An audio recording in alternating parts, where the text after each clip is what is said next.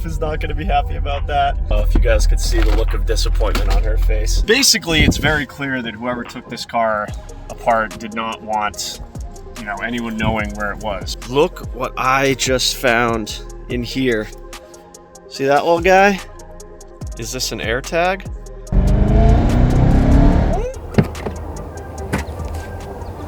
Well, might have really done it this time. Who gave me access to car auctions? I bought this 2017 Cadillac CTS-V 100% sight unseen from the auction. No keys, theft history, that's about all I know about it. Is it gonna be a great deal or ruin me financially? Let's dive in and find out. 35 degrees, raining.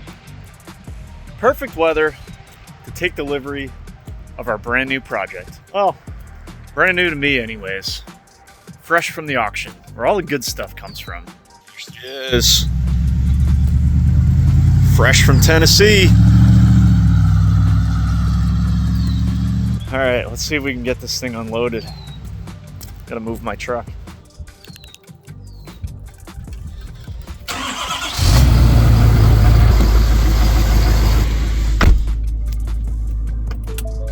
My windshield wipers need a lot of help.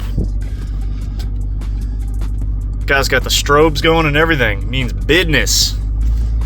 Let's just put this thing over here for now.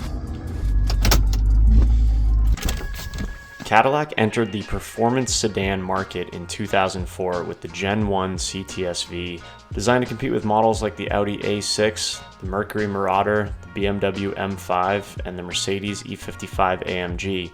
The first-gen CTS-V included the LS6 and 6-speed manual transmission directly from the C5 Z06 and produced 400 horsepower and 395 foot-pounds of torque. A few of you might have been around for the Gen 1 CTS-V I rescued on the side of the road for $5,000, put a couple bucks into it, fixed some cosmetics, and had myself a beautiful stealth gray metallic V1.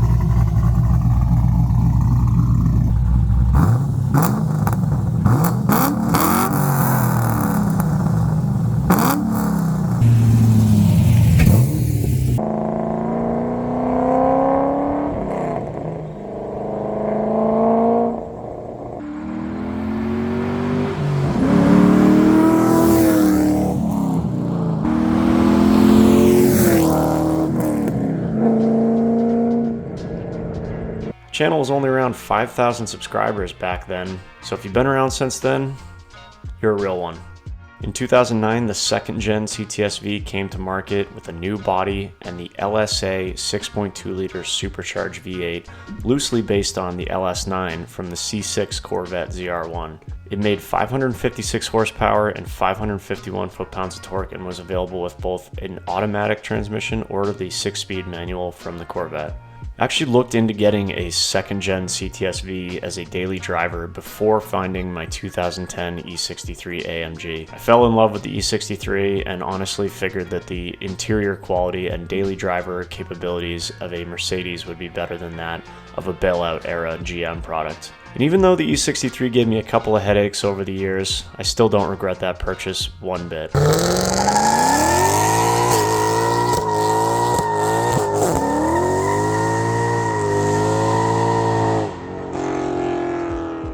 And finally, the Gen 3 CTS-V came to market in 2016.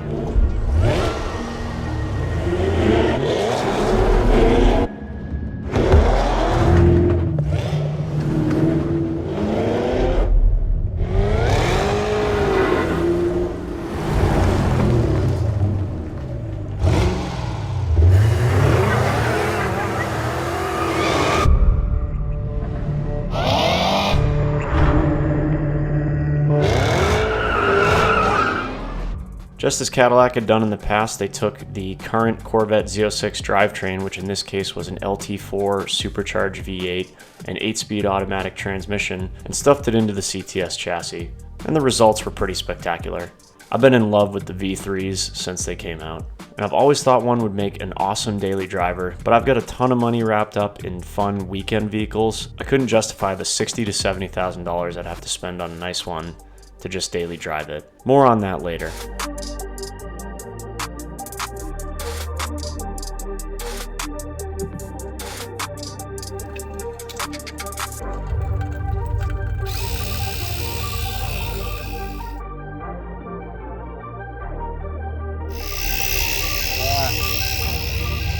sketchy stuff going on there.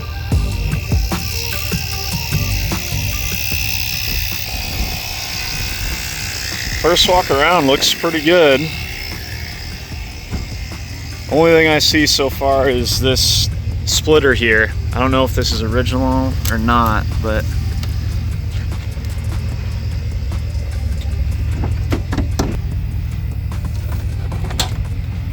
well, the LT4's there, so that's a good sign. Looks like it's all here. Oh, does it need power for you to put it in? Just to open the trunk, and so you can see that all the stuff is in there. Oh yeah, all the stuff. Okay. Oop. Here, go right there, right on that. Negative. Yeah, there you go. Yeah. Cool. Oh yeah. Interior parts and stuff. One box.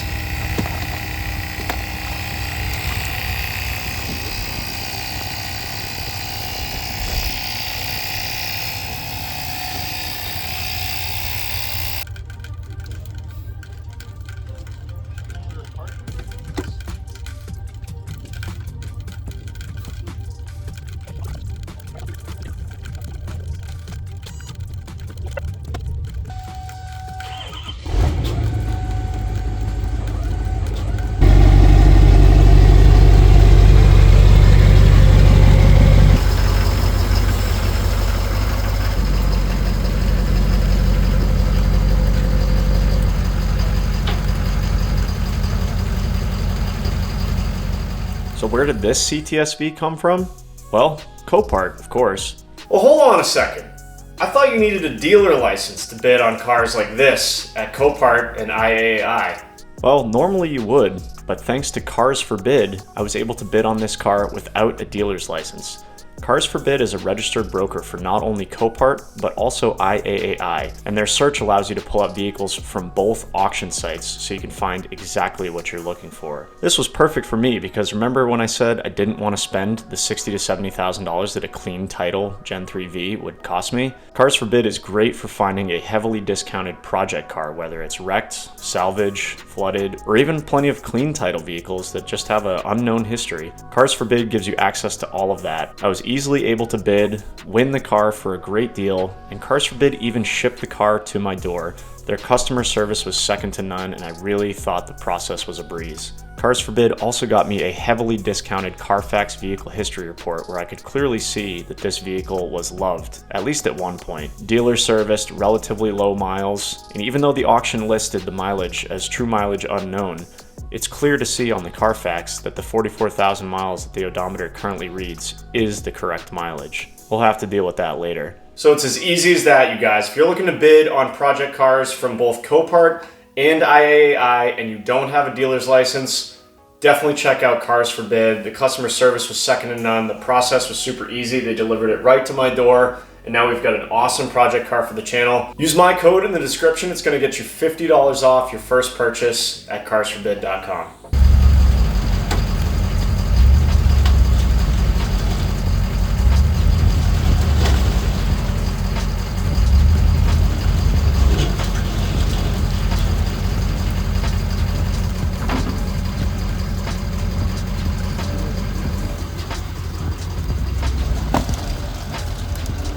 Oh no.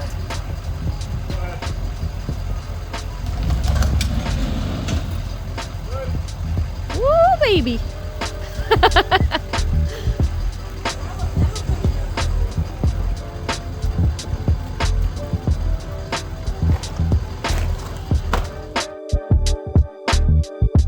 All right, well, here she is, off the trailer.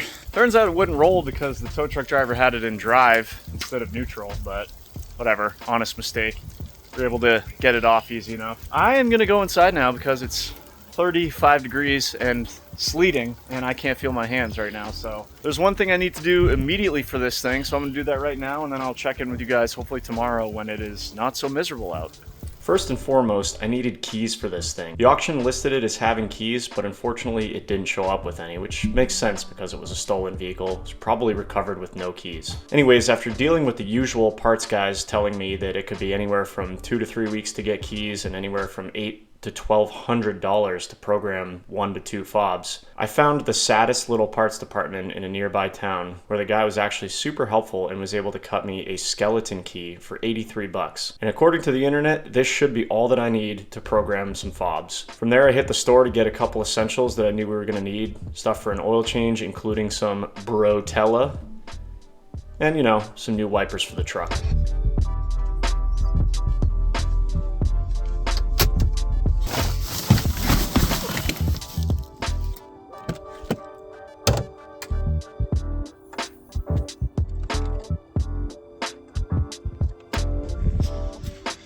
Got power. We open the door. 44971. And you guys have been asking about my RC plane, so here's me attempting to fly it. Graham absolutely loves this thing. Can't see it.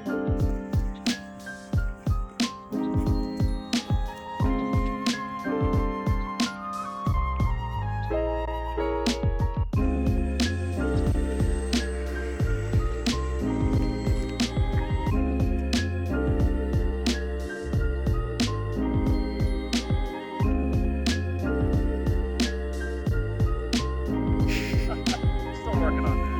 Wow.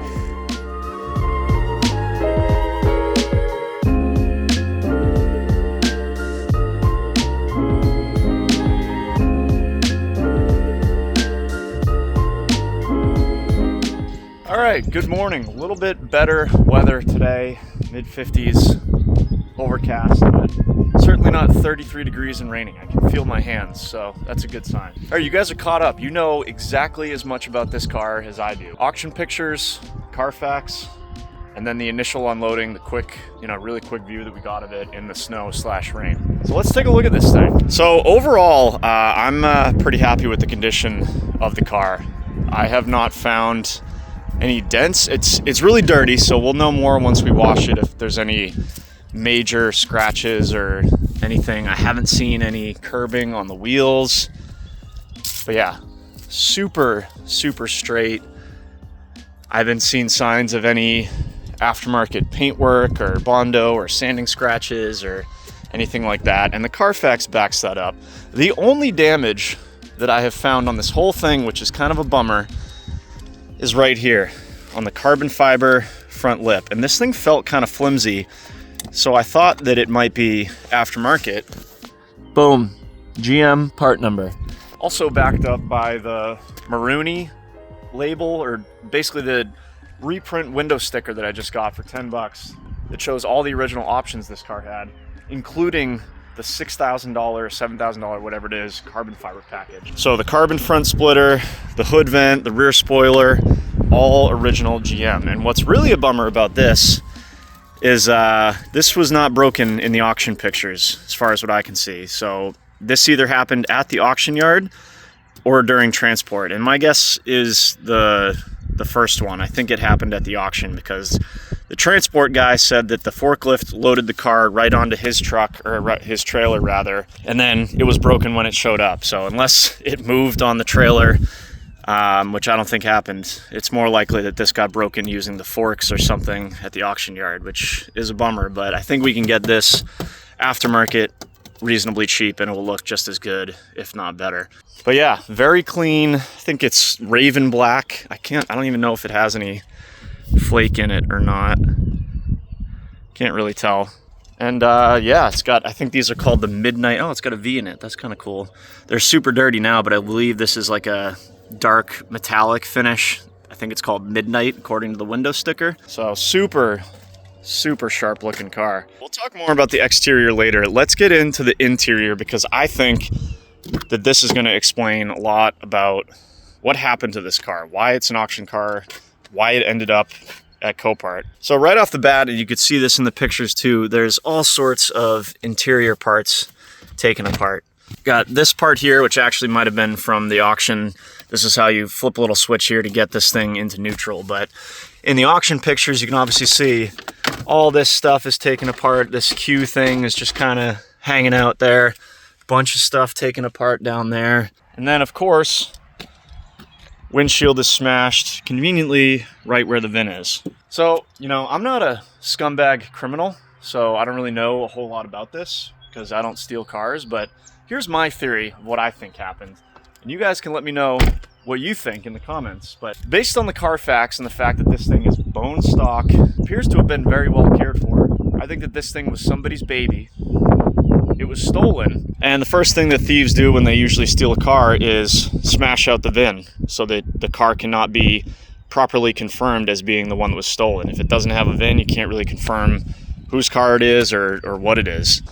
So that's the first thing right there. And then nowadays, everyone has got air tags and GPS modules and this, that, and the other so that you can locate your vehicle if something like this does happen. So I think once they stole it, they started ripping the interior apart looking for air tags or GPS modules or anything that would be able to help, you know, authorities or the previous owner locate the car. So they just started ripping stuff apart. Glove box is gone.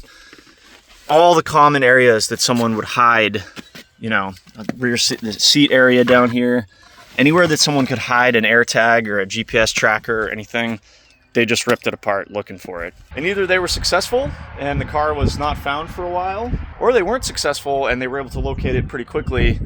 But I think what happened was the previous owner whose car this was his baby, perhaps once it was recovered, he saw, you know, his once completely mint CTS-V looking like this on the inside, and he was like, nope, don't even want it anymore. State Farm, come get it.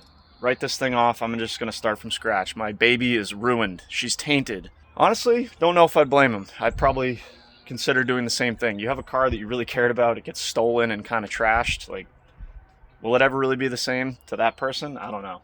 That's my theory. Let me know what you guys think. But yeah, interior is nice, but the only thing other than being all torn apart, I think it's going to come back together pretty well once we figure out what's going on. The only thing that I'm bummed about, this car is fully loaded. It's got the panoramic sunroof, the suede headliner, the luxury package, the carbon package.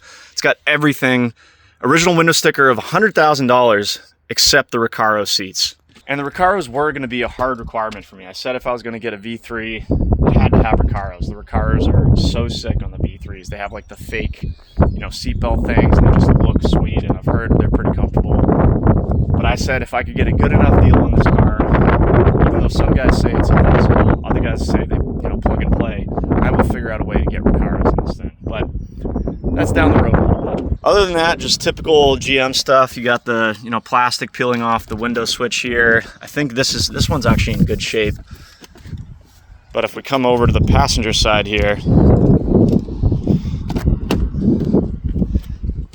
oh, that one's not bad either. This, and then, I mean, part of this is probably them trying to get it apart, but this carbon like delamination and discoloring I think is really common on the V3s. But other than that, you know, if you can look past everything that's torn apart, which I think we can fix pretty easily, this is a very, very clean car. I mean, look at the driver's bolster. Almost no wear there. Very, very minimal wear here. And you guys know this is where sports cars and low cars are going to wear. This was an immaculate car, I would think. Rear seat folded down, but I mean, more of the same back here. Looks really clean. Yeah, see, I think this is fairly common, this like peeling up or whatever. I don't know if this is related to the theft or what. Someone's boot or something got there. Then we got a bag of stuff here. What do we got? Interior. Oh, good. I like to see screws and stuff. Oh, what is this? Oh, this has got to be like a GPS module. Maybe this is what they were looking for. Maybe this is the OnStar module or something. Like those are GPS connections right there. So the thieves were likely looking for air tags and or this thing, just ripping the interior apart, trying to find anything that would be able to help people locate the car. And we got like hazards and whatnot. So there's that. Trunk is full of hopefully the rest of the interior parts. And this is actually where we need to start. This is probably the original battery, original AC Delco battery. And we need to get this thing out because it is completely dead. I've had this thing on the charger. It won't even recognize that there's a battery hooked up, so it won't charge. I've done the battery revive or restore setting overnight. Absolutely nothing. I've tried jumping it. This battery is dead. So I think first things first, we got to get this out, and then we'll see what's next. Center console trim. Looks like it's in good shape. Oh boy. Got a backpack. Needles or anything? Plane traffic. If you know, you know. Okay, I don't think there's anything in there. That's probably for the best. We got the anti-theft special. That didn't do them a whole lot of good. More interior trim. Oh, the glove box. Oh, they broke it. You sons of a mother. Can't be gentle with anything. Yeah, she's broken. She's broke.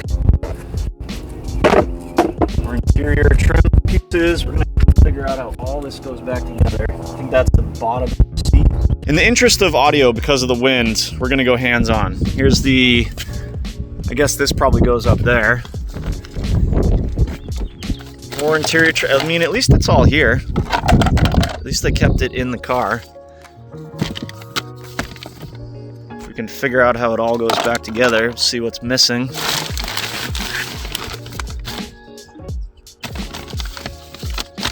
Who knows? Oh, there's the driver's floor mat. Even got a good set of floor mats. That's nice. What is this? Maybe that's what held that module. They ripped it out. Here's our fuse panel cover. It's missing somewhere. Okay, well, right now, this is already, they were probably digging in here looking for GPS modules too, because this is all torn apart on both sides, but I might have to remove this and then peel some of this back, and then let's get this battery out.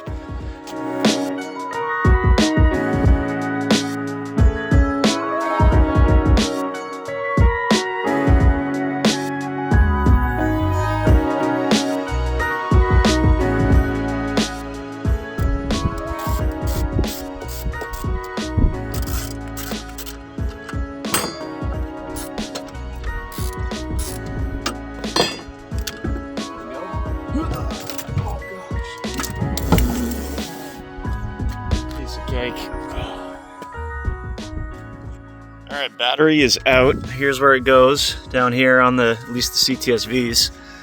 I don't know if this is the main ECU or not, but these sure do look a lot like ECU connections. There's a bunch of stuff back here.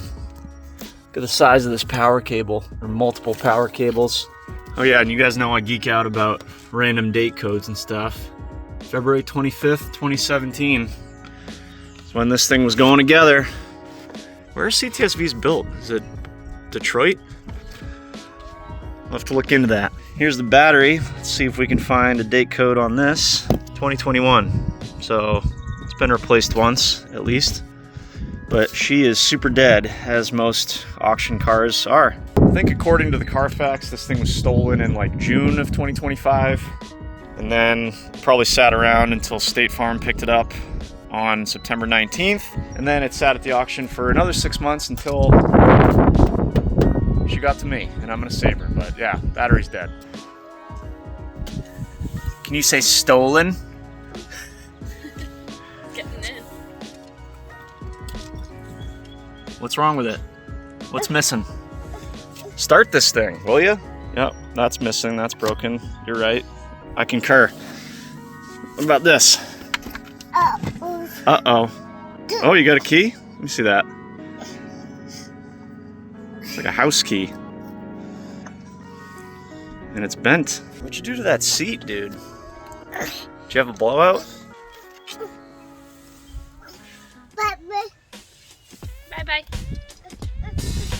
Hey, see ya.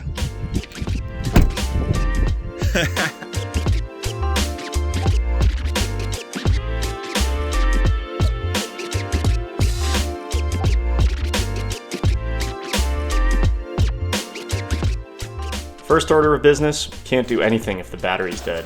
Again, usual parts counter stuff. The dealer wanted $390 for an AC Delco battery, and I really was trying to support the local dealer. But my boy Jeff Bezos had me the exact same battery on my doorstep the next day for $180, genuine AC Delco, so it was hard to say no to that.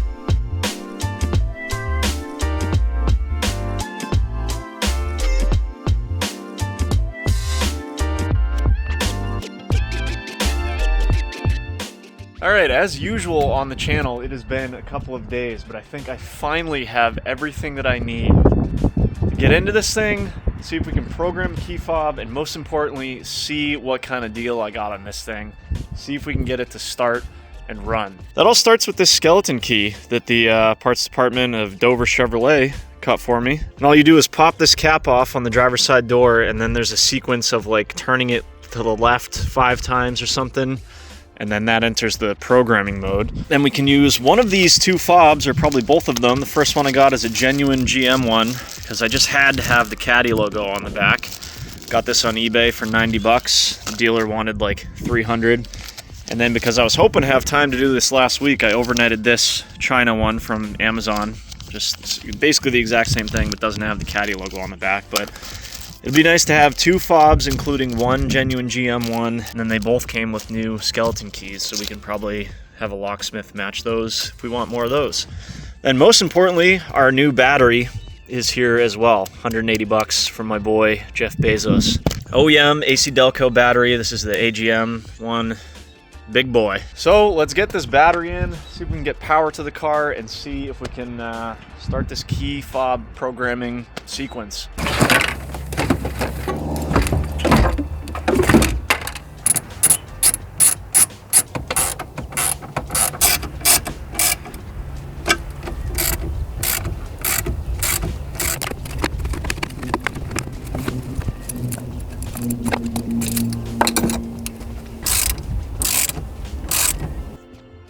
We got power on the dash. So, okay, apparently we just wiggle this thing off. Here we go. And then we turn this to the left 5 times.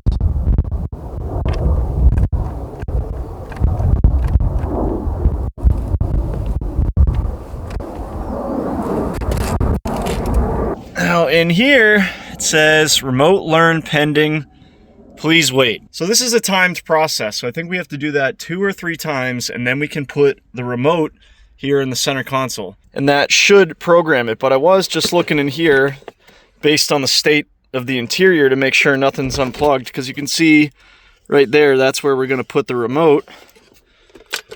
And this thing down here is unplugged, and it's got a memory card slot in it. So I'm wondering if this is the performance data recorder and they just unplugged that just to be safe. I don't think that has anything to do with the fob programming, but I'm gonna plug it in just to be safe. See you guys in 10 minutes. All right, so it's been 10 minutes. So I think we gotta close the door and open it to light up the dash. It says, yep, press engine start button to learn.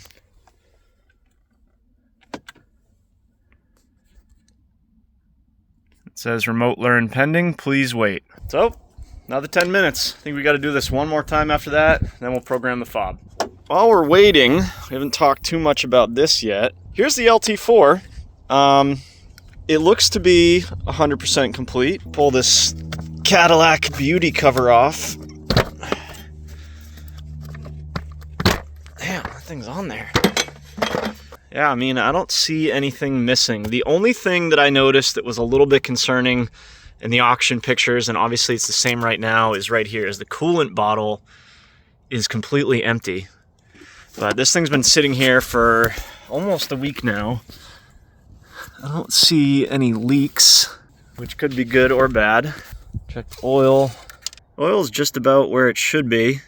Doesn't appear to be milky or overfilled or anything. Smells like oil. Other than that, it appears to be a bone stock LT4, which was attractive to me. Stock manifolds, even the stock airbox, stock throttle body. This appears to be the stock LT4 pulley. This is my first LT engine. You guys obviously know I've had a whole bunch of LSs on the channel and will continue to have LSs on the channel, but this is my first LT4, so completely new to the direct injection LT platform, but man, do these things sound good, and they are very, very capable as well. So hopefully this is a good one. We're about to find out in 10 or 20 minutes. Just had to put the key in this little spot here, right next to, you guessed it, Black and Mild. All right, so I just finished the programming. It was basically 3 iterations of that step, and then hit the start button, and then hit like lock or unlock. And now that's the end of the steps. So nothing chimed, nothing did anything. So let's see if it does anything now. Hey-oh! No way. All right, wipers are going crazy. Oh, man. Ah, man, I'm nervous. Did we just hit the button? Does lock, unlock work? Yep. I wonder if I could have programmed that other one while I was at it before I exited programming mode or whatever, but not a priority right now. We got our Cadillac fob here. Yep.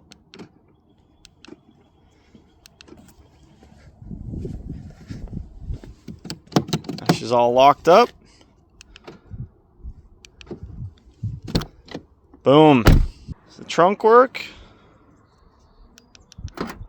Oh yeah. Dealership wanted $1,000 for keys for this thing. They also insisted I had to have 2 fobs. Here the car is programmed with 1 fob for what, $89 for this, $80 for that. You call it $160. Take that, parts department. All right, I think that's enough procrastinating. I think it's finally time to see if this LT4 is any good or not. See what kind of deal we got on this thing. Let's do key on once.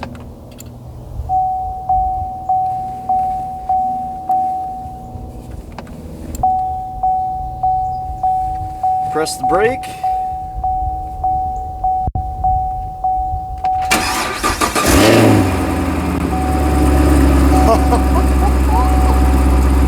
No way. You gotta be kidding me.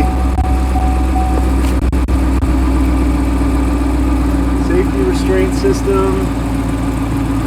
Guys, no way. Listen to this thing. Sewing machine. No leaks. Oh, we got some coolant coming up too. Probably should top that off. No smoke. Just a little bit of condensation. No way. No way. Theft deterrent system. I don't know how to use any of this stuff. Have absolutely no power over here, but God knows what's plugged in or not plugged in over there.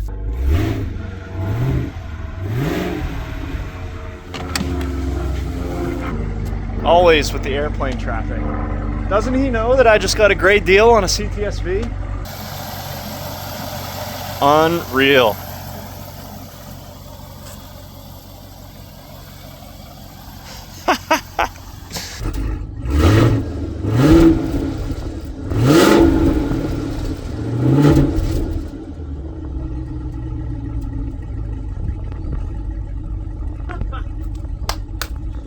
Can we get the sunroof that's probably been open since June to close? How do we do that? Slide? Oh, well that works. Go back. Down. Yes! I still can't believe this. 44,000 mile bone stock Cadillac CTS-V 2017. I'm into it for 31 grand right now. We still haven't driven it, but getting this LT4 started up and it sounds perfect is a huge part of that. It was a big gamble buying this thing not running, but might be paying off. All right, next item on the list. Does the transmission work?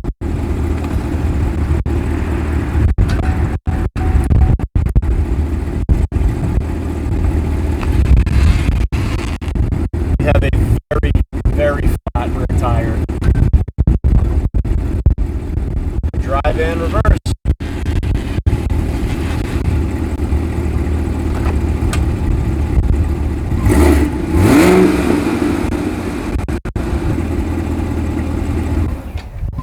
Well, that went about as good as it possibly could have been. The LT4 fired right up and this thing moves under its own power. Today's my birthday, April 8th, so I have gotten myself a great deal on a Gen 3 CTS-V for myself for my birthday.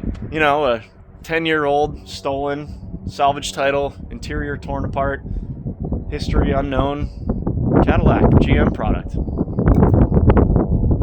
Really treated myself. All seriousness, guys, this thing is, I'm psyched with that. This is literally half of what this car is worth if we can prove that it runs and drives well and clean it up pretty easily, which I think we're gonna be able to. First things first, I think I need to figure out why this tire won't hold air. Then I think I wanna peel all this auction tape off because, you know, we're gonna have to get to getting all the adhesive and stuff off there. I'm still bleeding. So we'll do that, and then, I don't know, figure out what's next, put the interior back together, who knows, let's just take it one step at a time.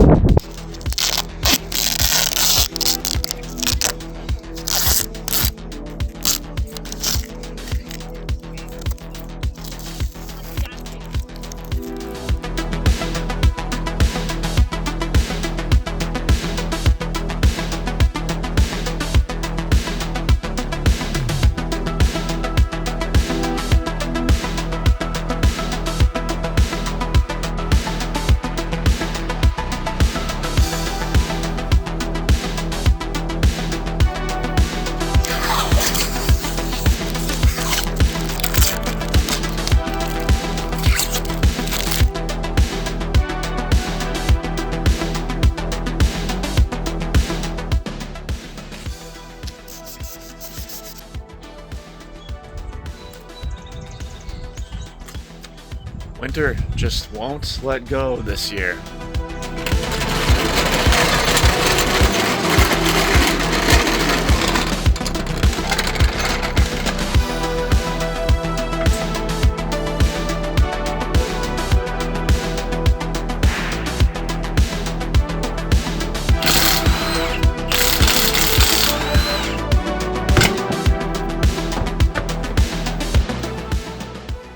Auction problems.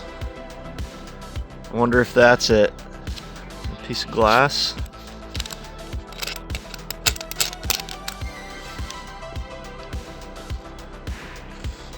Let's see. Oh, bummer.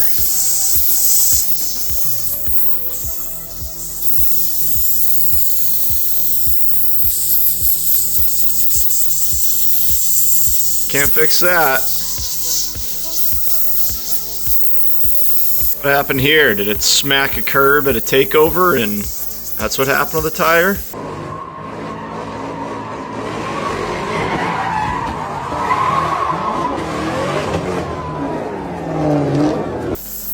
Whatever happened there is likely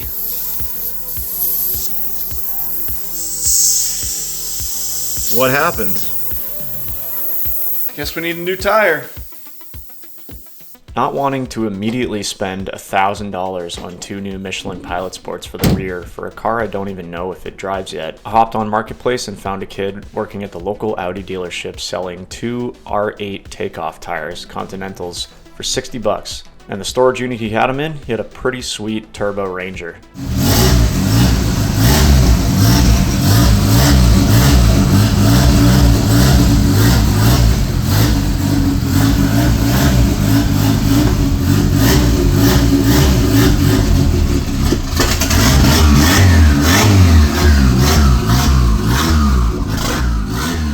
Then took the wheel and my 2 new tires across the street, and the kid at the tire shop mounted it for free, but only because his balancer was broken. So we'll have to see how this thing rides with no balance.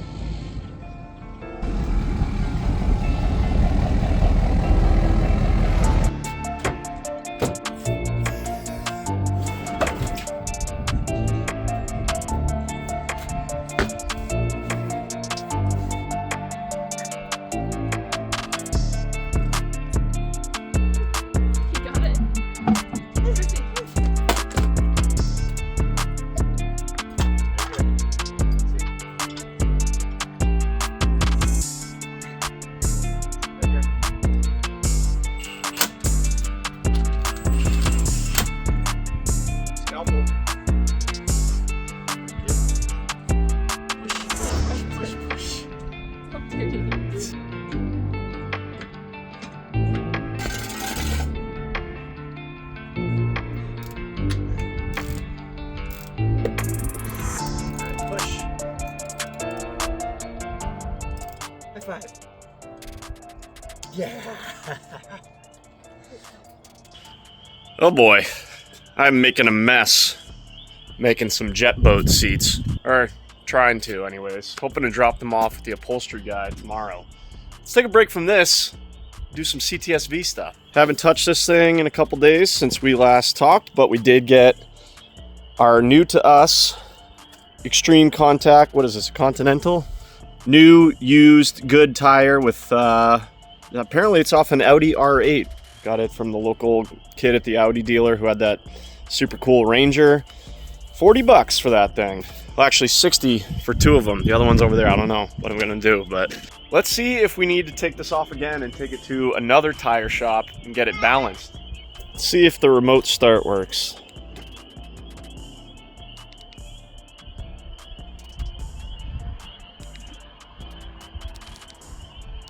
You hold it? Or maybe I'm just not doing it right. I don't know. Let's just hop in and see if we can take this thing for its first drive.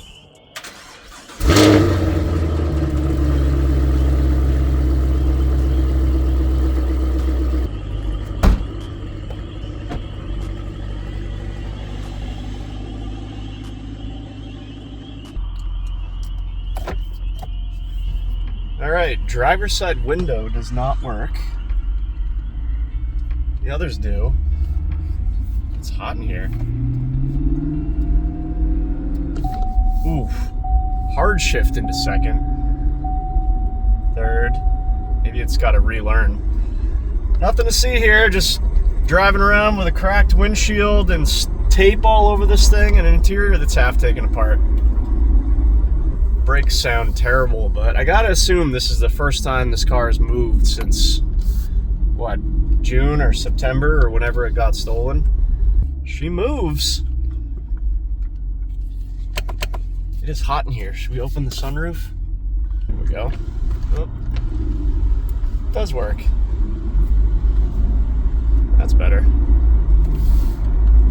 All right, before we take it out on the real road, how do we open the exhaust valves?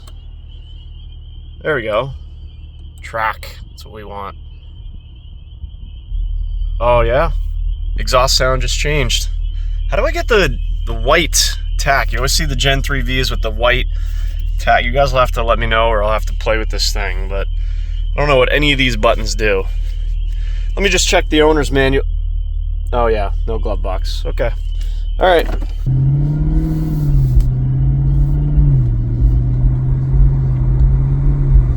All right. First actual drive in my Gen 3 CTS-V. So we're driving around with no plates, smashed windshields, tape all over the windshields.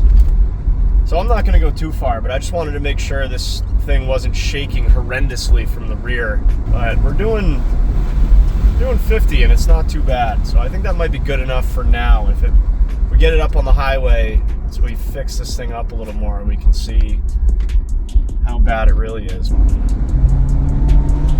I think I can hear that LT4 supercharger a little bit. The half price CTS-V.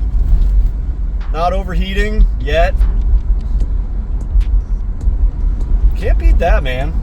Cannot beat that. We got a lot of work to do in the interior here, but in due time. Yeah, no, this doesn't look sketchy at all.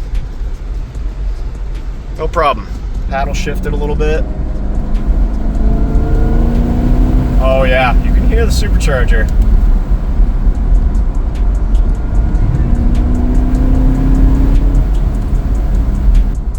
Alright, well there's 60. I mean, I'd almost rather save the money and just wait until we get at least 2 new rear tires for this thing after we probably boil these ones off. So I think we're good enough to drive this thing around a little bit with that rear tire not balanced, but we'll see. Literally not even a check engine light, just the airbag light, which I think is because of that connector hanging down back there. Again, I don't know what they were looking for back there, but bet you both side curtain airbags are unplugged.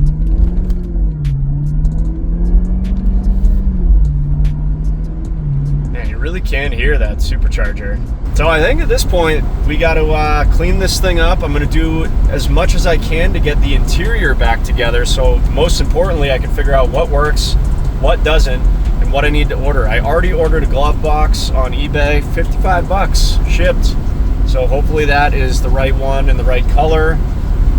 I don't know if this driver's side window is the motor or the switch or something else, but either way, with that amount of wear, I'm probably gonna want a new switch anyways. I'll have to see what up here works, go through the trunk, see what is in there, what's missing, just see how much of this interior we can get back together. And we gotta get a windshield for this thing, but hey, we're driving a 2017 CTS-V with 44,000 miles for about 31 grand.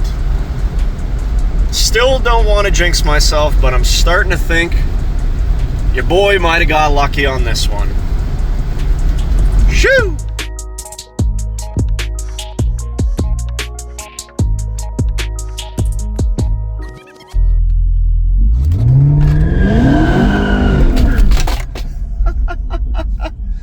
Oh, the wife is not going to be happy about that.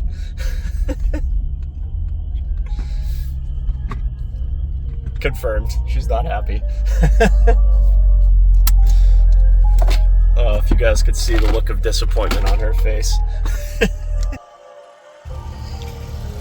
Looks like we didn't blow anything up.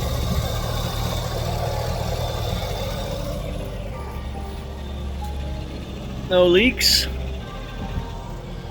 Not too shabby.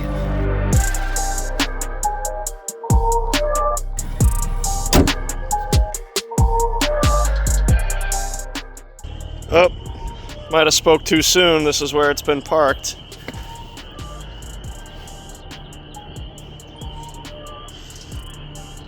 That's oil.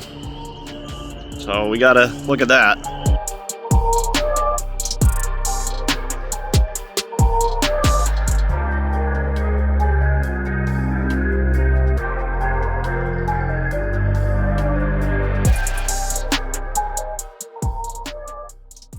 Lay everything out, see what I have, what I'm missing, and I think I'm going to start here in the trunk, reassemble this area, you know, where we had to take apart to get to the battery and or where they were taking apart looking for stuff. See if we can get the trunk 100% back together, then we'll see what's left, move our way into the interior. Also, look what I just found in here.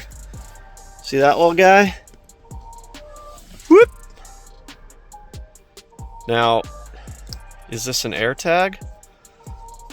It's gotta be. My guess is some sort of AirTag. Now the question is, was this from, I guess there's a few options. One, the original owner, trying to keep track of his vehicle. Two, the criminals that stole it, trying to get to it after it was recovered. Or three, someone at the auction trying to keep tabs on the vehicle if they wanted to get parts off of it at a later date. So if it still works and they're keeping track of it, they now know where the car is, but they can swing by anytime they want.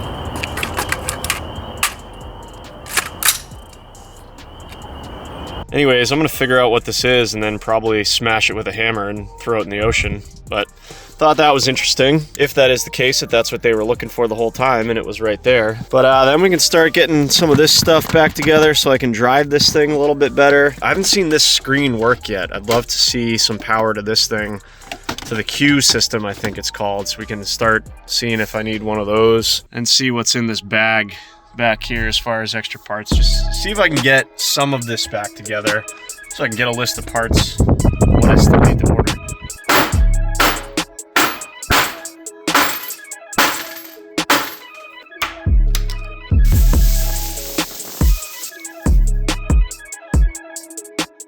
Trying to find out where this OnStar module goes so that I can put it back in its spot. I don't want to put the trunk all back together and then find out that I need to take it apart to put this thing back in.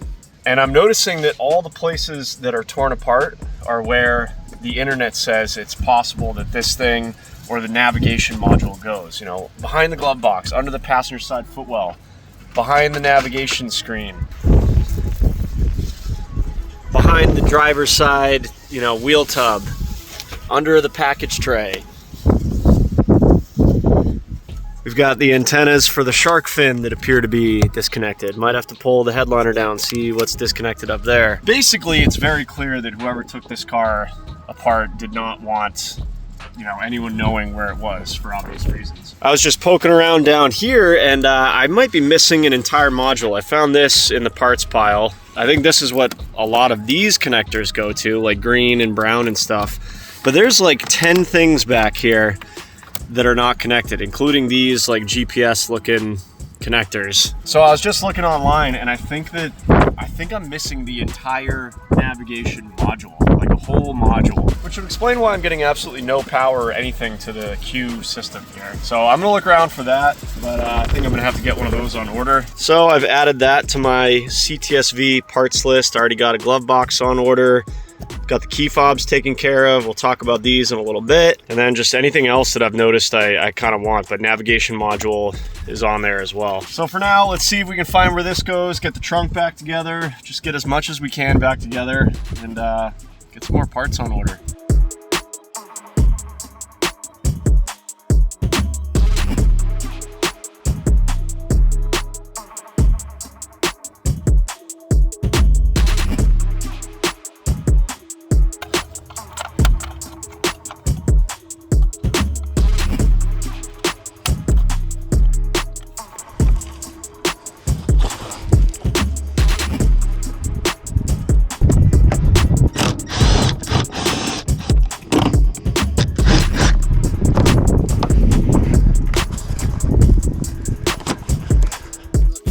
Antenna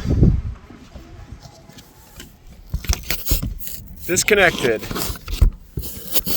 I wonder if we can just reconnect that. See what else is unplugged up here. Just about everything. See what we're missing. Go from there.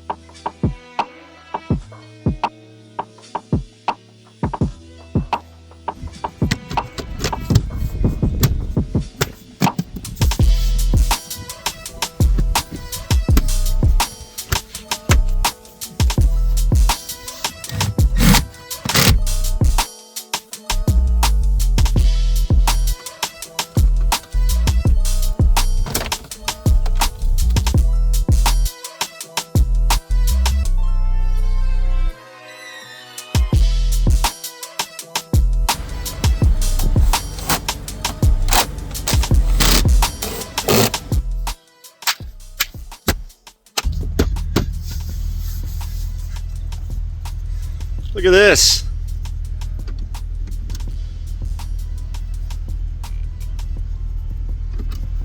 Luxury.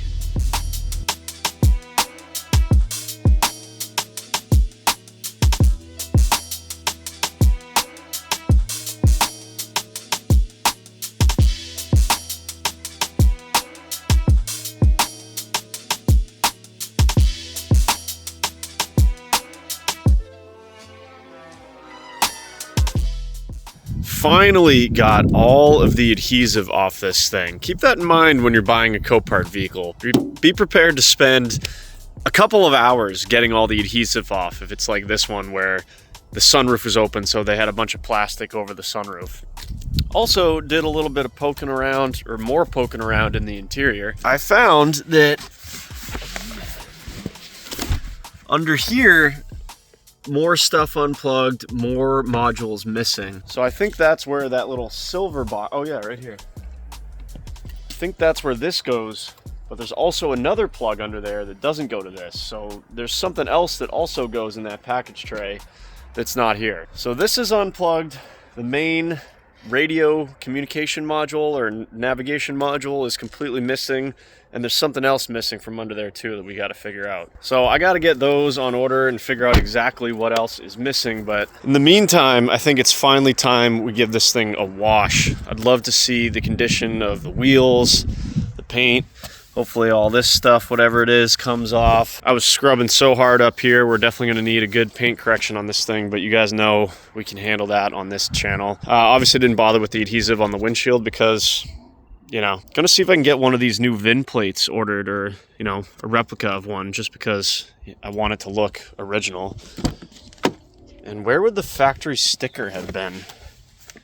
I don't see any residue of where it would have been here, or would it have been on the door? Or the GMs, sometimes it's in the glove box. I don't know. Tennessee put this thing here, but I don't know where the original GM sticker would have been, unless they did a really good job of getting the adhesive off. Well, let's get this thing washed up. With an auction card like this that's been sitting for a while, we're going to need all the help we can get. So we're going to go right to our top of the line detail products, which in this case is Gyeon. Their foam is going to help to loosen up any contaminants on the paint, and we're going to follow up with their iron product, which is going to remove anything that's embedded into the paint and remove any additional contaminants. One of my favorites is their tire cleaner. Get off all that dust from the auction yard. Let's get this thing shined up.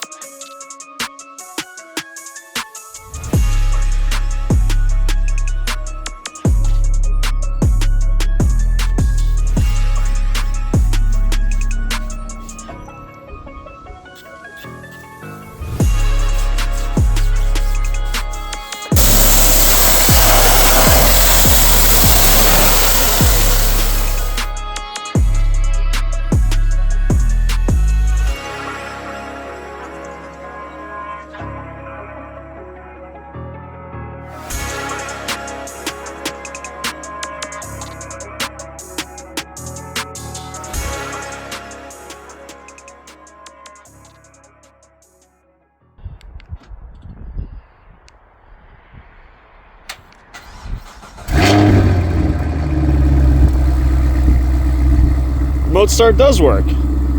No, I'm used to the Fords where you hold or press the lock button and then double tap the start button. Apparently on this one you just have to hold the start button. So remote start works just fine. Not too shabby for a first wash though.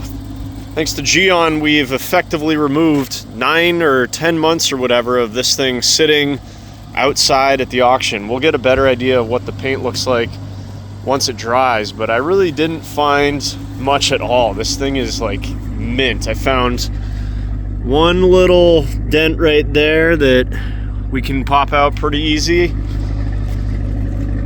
By we, I mean my PDR guy. And some of this stuff didn't come off, but it does come right off of the, you know, I don't know what this is, but it comes right off. I guess I just didn't scrub hard enough, so we'll worry about that later. And then this chip right here that we can probably touch up pretty easily. Other than that, this thing is immaculate. That black paint just came right out. Shoo! This is it right here. This is what I wanted. I've been looking for a V3 CTS-V for so long, because because I just think they look so good. We got one.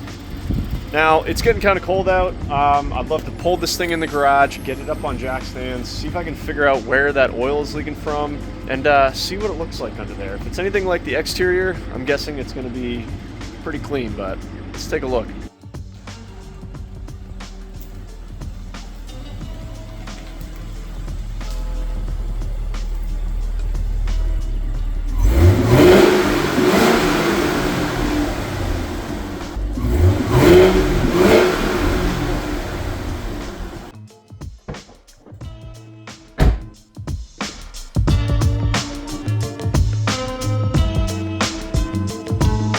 Man, you guys know I'm a sucker for a big body, black, V8 four-door sedan. Oh yeah, I forgot to mention, I think that the adhesive slash tape slash whatever messed up. I think these are plastic trim pieces around the doors here. It's still wet, it's gonna be hard for you guys to see. But you can see it like removed the gloss finish.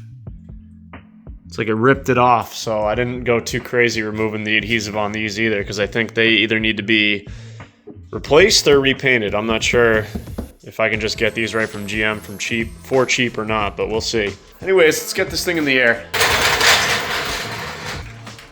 Woo! Significant oil leak, actually. The longest, lowest profile jack you can buy. Still on. Quick jacks are occupied. Camaro doesn't have a rear axle, and too lazy to uncover the Z06 right now, so we're gonna struggle through this.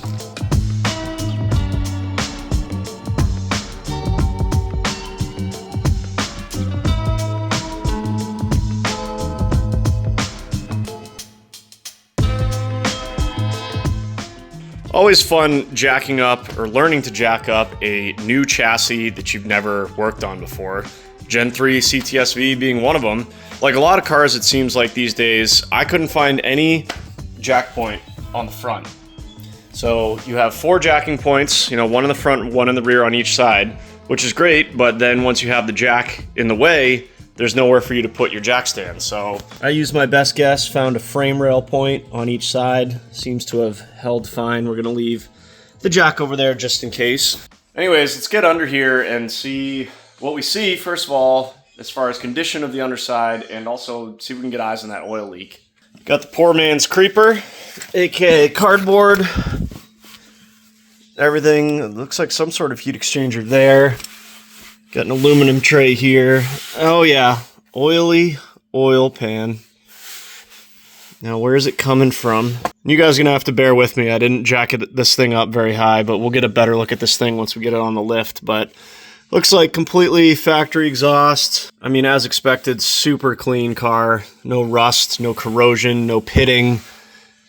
Nothing anywhere. This car's from the south, you know, Tennessee. Probably never seen snow, so I'm very happy so far. The pinch welds look absolutely perfect. Looks good, except for this oil leak. I mean, this is what we're dealing with. That's just from overnight. Parked this thing in here after we washed it last night, and it did that. So is it coming from the drain plug there, or is it the oil filter there? Probably not the only contributor, considering there's some oil way up there. We come over here on the oil filter side. It looks like it's up.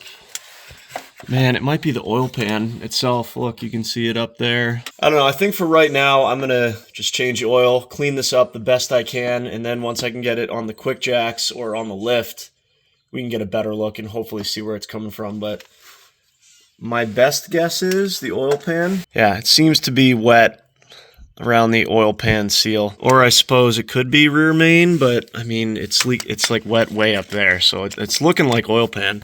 I don't know if that's common on the LT4s or not. Let me know in the comments. Is oil pan gasket leak common on the LT4s? And number 2, how much of a pain is it to do on the Gen 3 CTS-Vs? Can I lower the subframe and wiggle the pan out, or is it more in-depth than that? Or less in-depth? Let me know.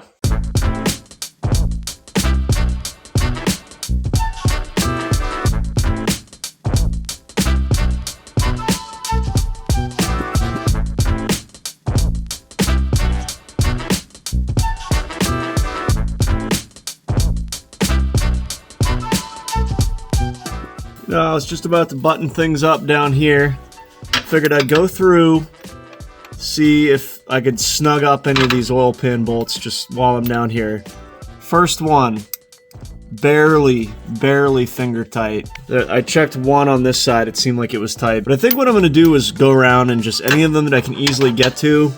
These 13s up here, and these 10s back here where it meets the transmission. Just gonna snug them up, clean up everything real good, and cross our fingers that maybe we get away without having to do an oil pan gasket, but we'll see.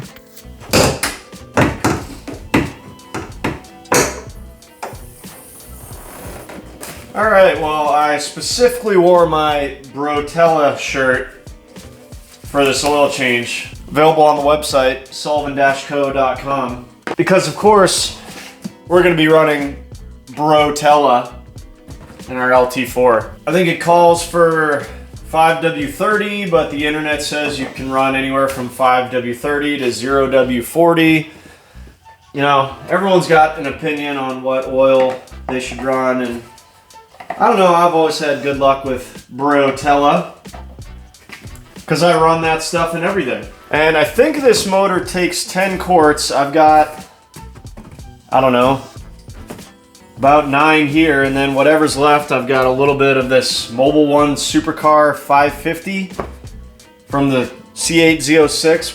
We'll use that up if we have to. But yeah, let's dump 10 quarts of this in, which might be easier if I take this cover off. I forgot to pressure wash the engine bay. We'll have to get to that next time we wash this thing, which is probably going to be pretty soon. Whoa. Alright, we'll get 10 fresh quarts in this thing. We'll get it down, take it for a drive. Down the hatch. Liquid gold. Look at that pour. Did I put the drain plug in? Shoo-hoo-hoo! Just kidding. Kinda. Whoa, too much, too fast, too soon.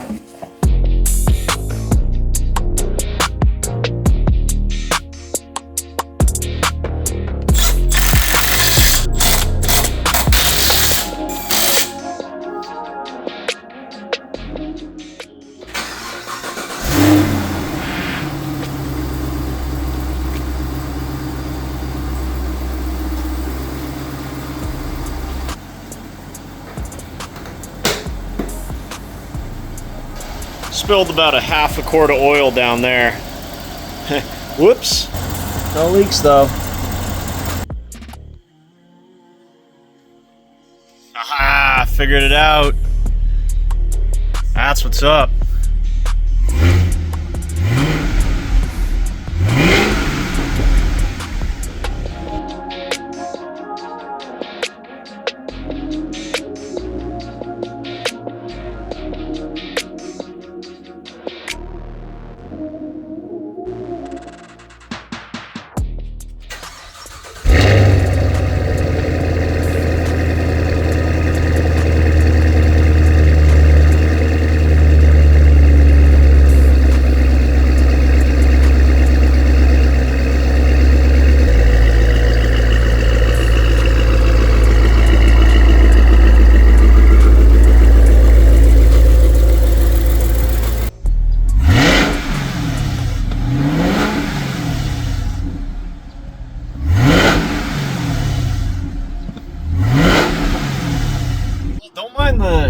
Falling down headliner and the smashed windshield and, you know, auction stickers and stuff all over the windshield, but this thing drives pretty good.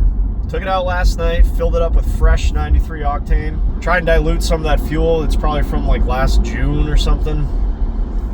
But yeah, this thing drives great. There's no warning lights on the dash other than the airbag light, which still need to pull all the codes from this thing. I'm sure there's a bunch, but I'd like to get as many modules plugged in as I can before I do that. Or maybe it makes sense to do it the other way, and maybe that can help me figure out which modules are missing. But yeah, drives great.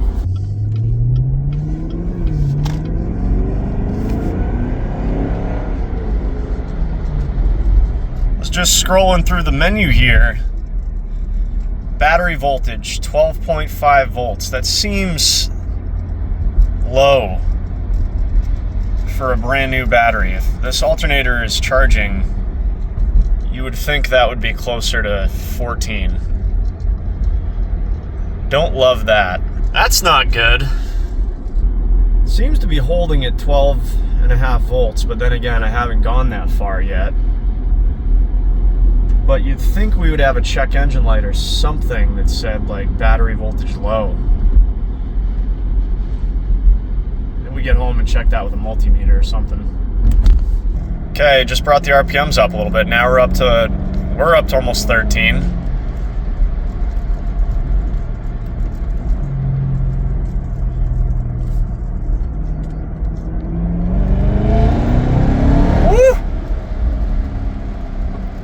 And I see about 10 PSI there. I think that's normal for the stock LT4. Now we're up to 13.3. What is up with that? I don't know. LT4 guys slash, I don't know, CTS-V guys, let me know. Is that normal, or do I have an alternator or regulator problem or something? Let's see what she'll do from a dig.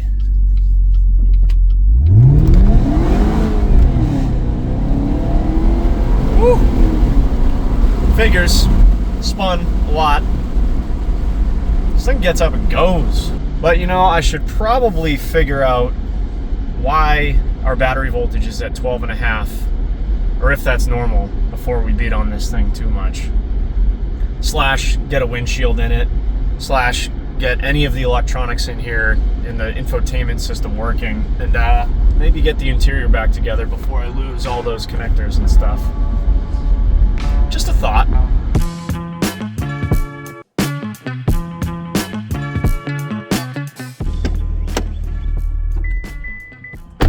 So I was just looking online, and apparently it might be normal for these batteries or these alternators to charge in the mid-12s when the battery is fully charged and when loads are low. So I don't know. Let me know what you guys think. But here it is, guys. My auction CTS-V. Got about $31,000 into this thing as it sits right now, including shipping to my house. 44,000 miles, super clean body, other than a couple of you know, blemishes on the carbon fiber and stuff. I think this thing is going to be an exceptionally clean car once I'm done with it. And once we get there, you know I'm going to want to do some mods, probably long tube headers, pulley, intake, tune. Let me know what else you guys think you want to see for an LT4. And then of course we're going to be tackling the cosmetics, maybe black a couple things out, we'll see. But first and foremost, if any of you guys have a lead on a set of Recaros for this thing, so 2017 to 2019 V3 Recaros, let me know. Chris at sullivan-co.com. I'm in the Northeast, but I'm willing to ship them or go get them or whatever. I've got to have a set of Recaros for this thing. And apparently the 2016 seats are different, so it's got to be 17 to 19. So if you have a black set or know of someone who has a black set, or you find a set on Marketplace, send them my way. Got to get them in this thing. Also, if you saw any modules that you know are missing, part numbers, any advice, I'm all open to it.